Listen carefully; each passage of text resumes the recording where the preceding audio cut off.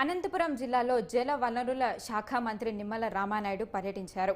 బేలుగప్ప మండలం జీడిపల్లి రిజర్వాయర్ను ఎమ్మెల్యేలు అమిలినేని సురేంద్రబాబు, కాలువ శ్రీనివాసులతో కలిసి పరిశీలించారు.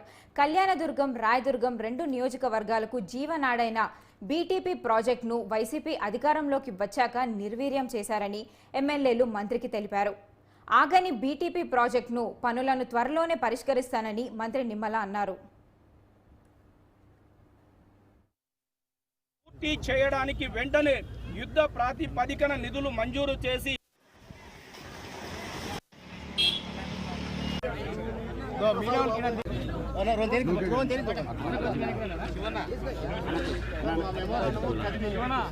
నియోజకవర్గాలకు అంత ముఖ్యమైన ప్రాజెక్టు కావున తమరు మా నియోజకవర్గ దుర్భిక్ష పరిస్థితులను దృష్టిలో ఉంచుకొని ఈ ప్రాంత ప్రజల చిరకాల కోరిక అయిన బీటీపీ ప్రాజెక్ట్ కాలువ పనులను పూర్తి చేయడానికి వెంటనే యుద్ధ ప్రాతిపదికన నిధులు మంజూరు చేసి కాలువ పనులు 2 నెలలలో ప్రారంభించి తొందరగా పూర్తి చేయగలరని ఈ ప్రాంత ప్రజలుగా, నాయకులుగా, రైతులుగా మిమ్ములను సవినయంగా ప్రార్థించుచున్నాము.